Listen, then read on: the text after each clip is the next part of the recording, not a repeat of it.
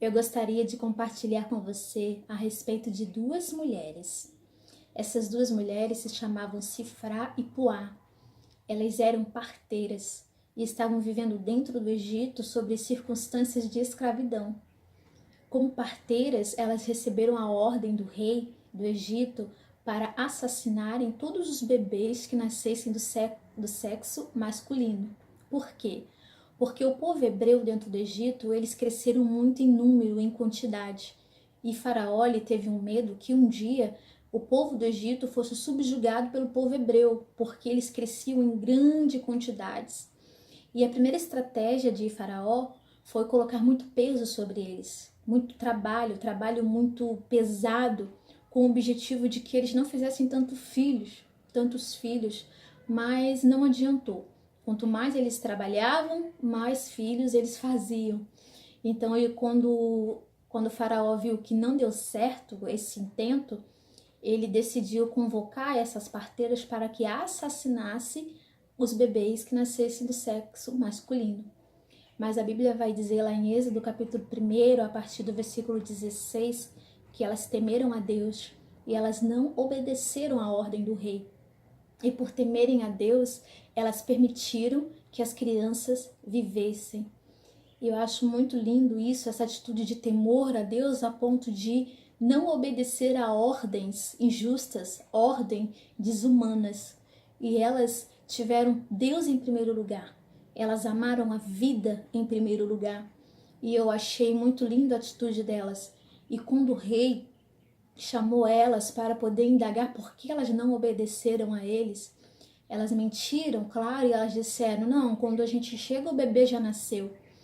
E ali vai dizer que o rei foi benevolente com elas, permitiu que elas vivessem.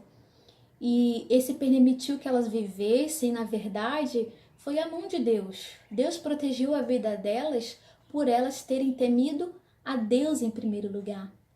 E outra coisa que eu acho muito lindo, que mais na frente vai dizer que Deus, por elas terem temido a Deus, Ele as abençoou com famílias. Elas não tinham famílias. Elas eram parteiras que traziam ao mundo crianças que estavam ligadas à família, mas elas não tinham as suas próprias famílias, não tinham os seus próprios filhos.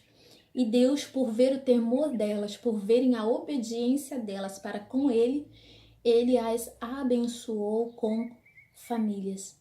E isso me mexeu muito, porque duas coisas que me chamaram muita atenção é o temor delas para com Deus e a coragem delas para enfrentarem um governo desumano, um governo cruel, um governo que não tem a vida por preciosa.